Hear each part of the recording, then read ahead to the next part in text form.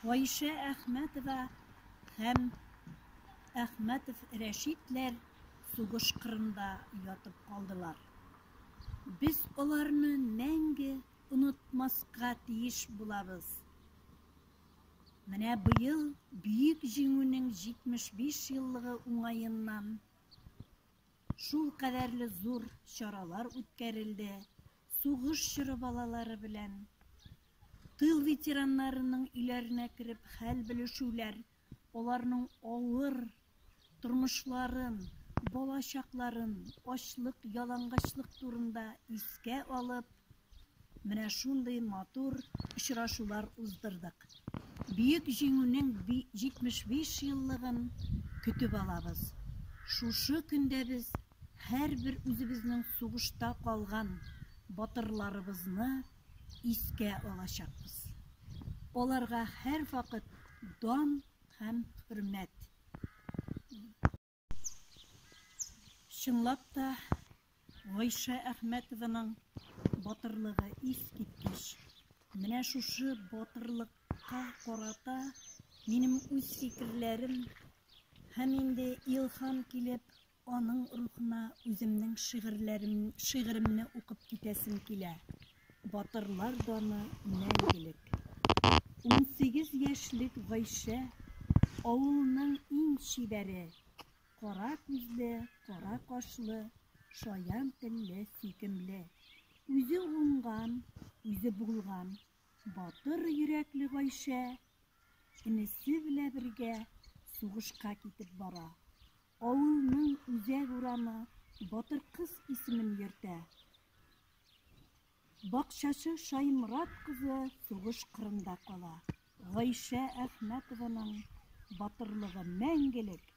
Җиңү көнендә искә алалар һәйкәл янына килеп. Гайша Әхмәтова авылыбызның горурлыгы.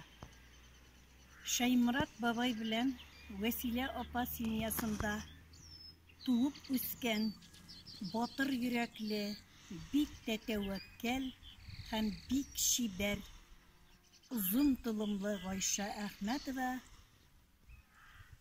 бухгалтерлар курсын бетереп кайтканнан соң авылда хисапчы булып эшли башлый. Бөек Ватан сугышы башланганнан соң үзе теләп сугышка китә. Гайша Әхмәтовадан соң аның инесе дә сугышка китә.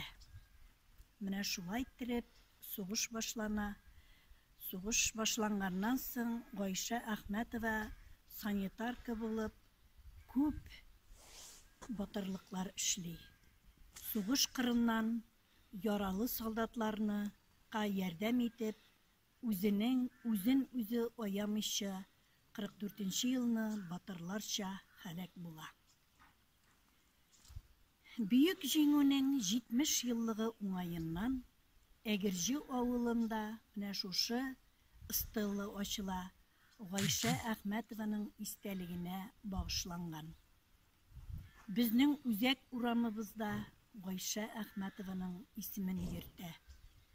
Чынлап та Гайша Әхмәтова безнең горурлыгыбыз, безнең батыр кызыбыз, һәм инде без аны һәр елны искә алабыз.